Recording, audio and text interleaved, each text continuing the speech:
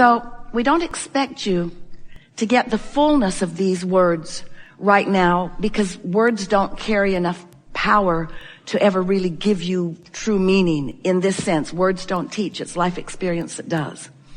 But your life experience, when it matches up with something that you've been contemplating, that's where true understanding and true changing of vibrational point of attraction takes place. And that really is what these gatherings are about from our perspective.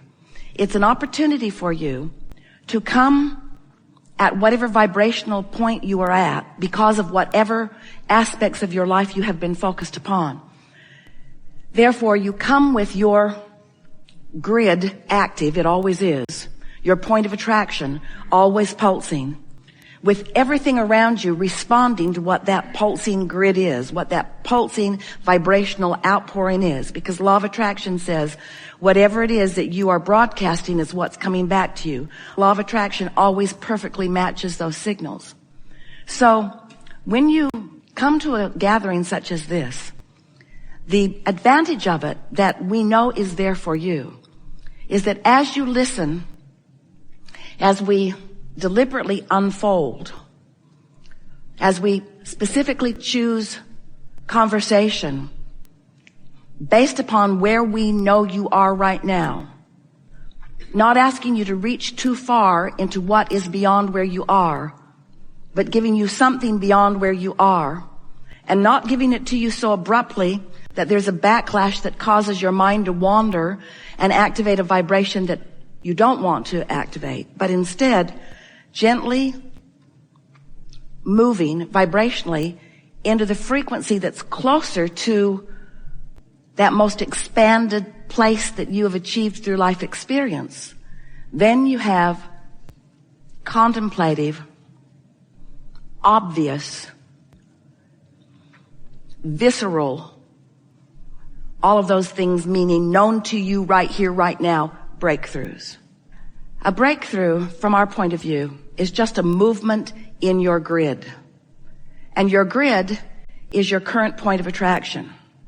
And your current point of attraction is everything, because that's the way other people, that's the way your own thoughts, that's the way everything responds to you, based upon that grid, that point of attraction, that vibration, that belief system.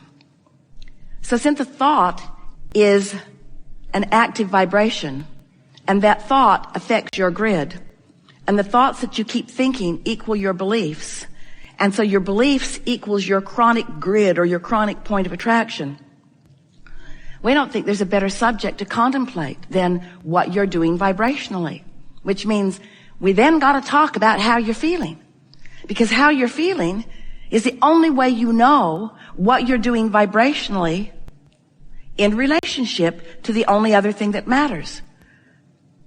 In other words, it doesn't matter how you're doing vibrationally in relationship to your neighbor or to your mother or to your past.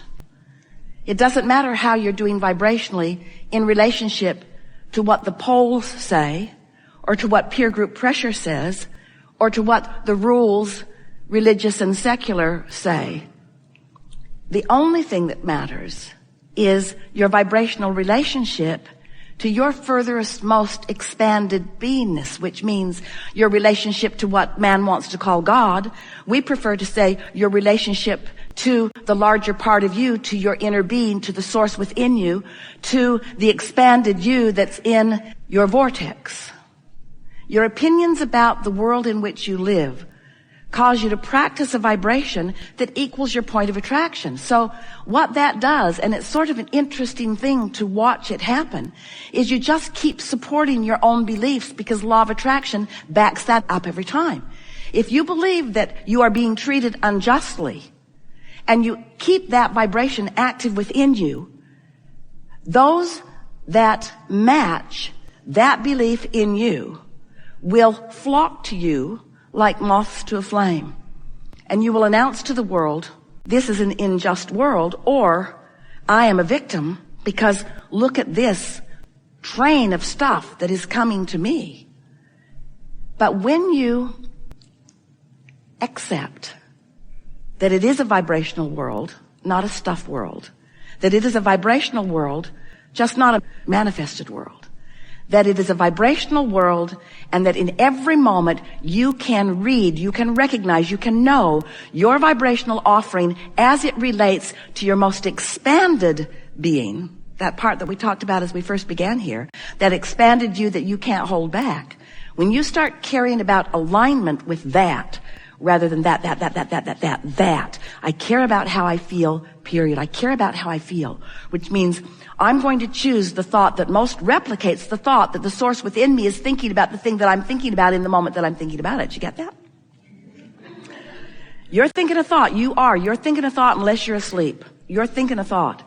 Your mind is active, your point of attraction is active, and you have the option of moving your point of attraction closer to all that you are and all that you want, or further from all that you are and all that you want. You have that option in every moment, but you don't exercise it because you're observing rather than sensing vibration most of the time. So for most of you, we love you so much. You don't really start thinking about something until you have a manifestation that you don't like, and then you know what you think about? The manifestation you don't like. It's hard for you to think about the flip side of something that you don't like. Years ago, we introduced the idea of pivoting. Pivoting, which means the other end of the vibrational stick. When you know what you don't want, you know what you do want. But the question is, when you know what you don't want, are you actively involved in the vibration of what you don't want? Or are you actively involved in the vibration of what you do want? So when you know what you don't want, if you don't have enough money, what do you find yourself talking about mostly? Plenty of money? Not usually. You could, and it would be just as easy. If you're sick, what do you find yourself talking mostly about? Oh, my head hurts. You're mostly talking about what is. And that really is what we want to stir up a little bit in this conversation that we're having here today. Do you want to talk about what is? If what is great, yes, yes, yes. Lists of positive aspects could not be a more valuable process for you. Rampages of appreciation, there's no tool that will serve you more.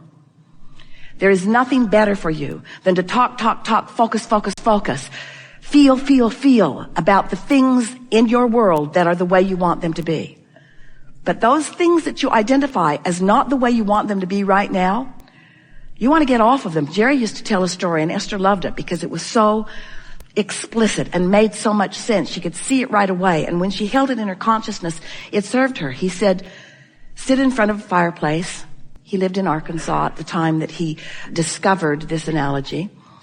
And there's a chinkapin log on the fire. Esther had never known what one of those was. She's still not sure she's ever seen one, but apparently when they are on fire, they pop a lot. So they are shooting sparks off at whoever is nearby.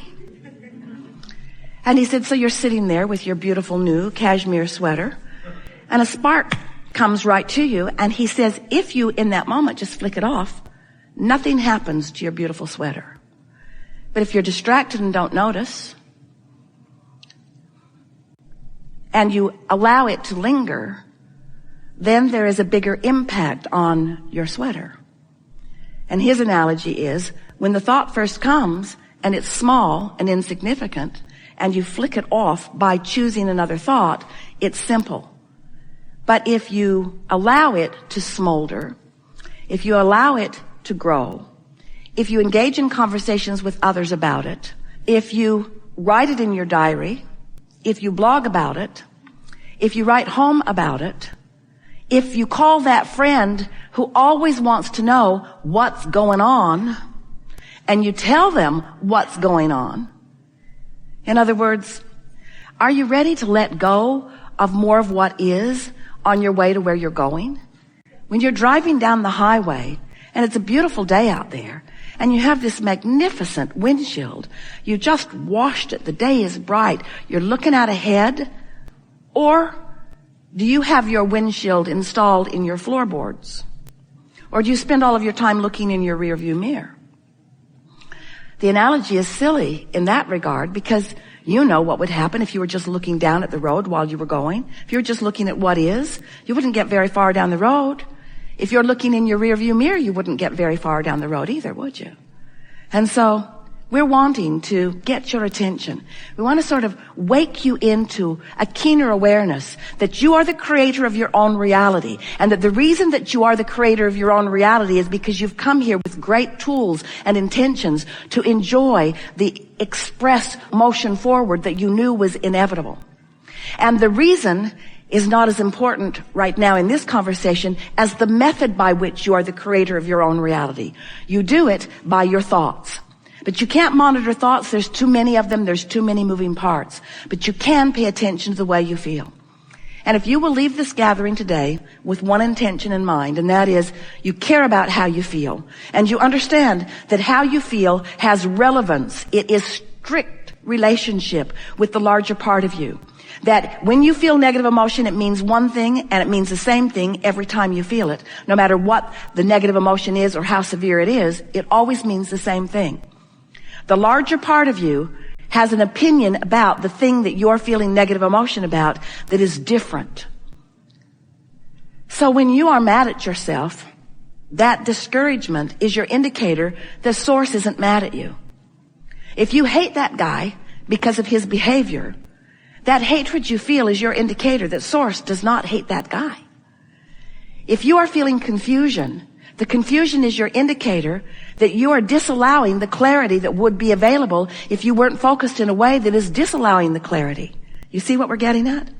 You have the ability to focus yourself into such alignment that you will be romping through life feeling as if you are on a sort of magic carpet ride, where everywhere you go, it feels as if, and it is exactly as if, an entourage has preceded you and smoothed out the bumps because they know, we know who you are and what you want and where you are in relationship to what you want and what the path of least resistance is to get you from where you are to where you want to be.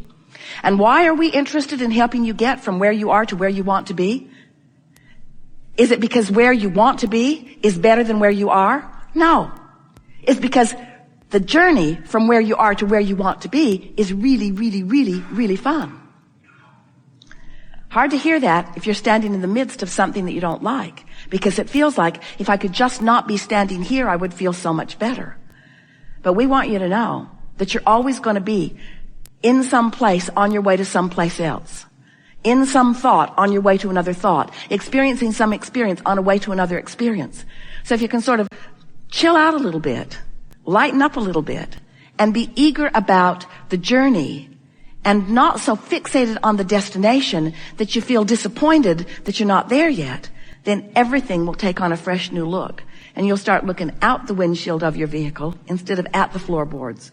And you will begin to feel the clarity and the power of who you really are. Give people the benefit of the doubt. Look for reasons to feel good. Party, party, party, party, party. Party. Go to the party. Create the party. Look for fun. Look for reasons to feel good. Look for reasons to feel good and find them. When you find them, focus upon them. When you focus upon them, stay focused upon them long enough that you can get a little momentum going. And trust that law of attraction will always sort it out just right. You have so much non-physical awareness of you that often you are not aware of.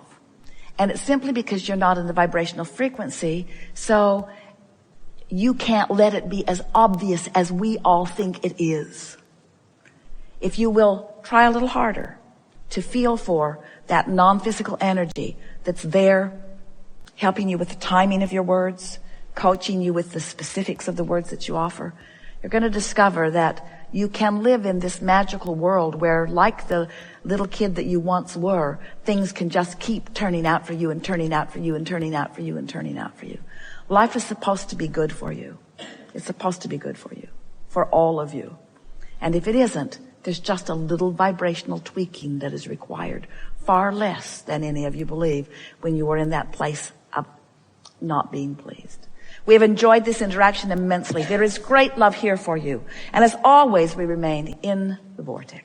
Yeah.